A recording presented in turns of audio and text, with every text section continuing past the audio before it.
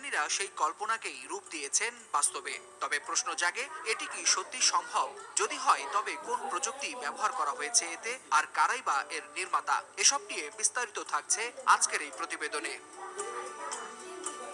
যে স্বপ্ন একসময় ছিল কেবল কল্পনার জগতে, আজ তা উড়ে বেড়াচ্ছে বাস্তবের আকাশে। নাম তার স্পিডার বাইক। কেউ বলেন এয়ার বাইক, আবার কেউ ডাকেন স্কাই বাইক নামে।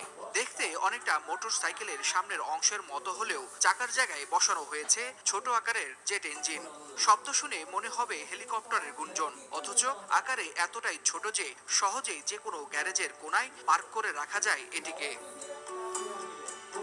এই বিস্ময়কর যানের জন্ম ভোলোনাট নামের একটি কোম্পানির হাত ধরে, যার প্রতিষ্ঠাতা পোল্যান্ডের উদ্ভাবক ও উদ্যোক্তা টমাস পাটান। দীর্ঘ কয়েক বছর ধরে গোপনে গবেষণা ও উন্নয়নের পর অবশেষে তারা উন্মোচন করেছে আকাশে ছুটতে সক্ষম এই সুপার বাইক। ভোলোনাট কোম্পানির এয়ার বাইক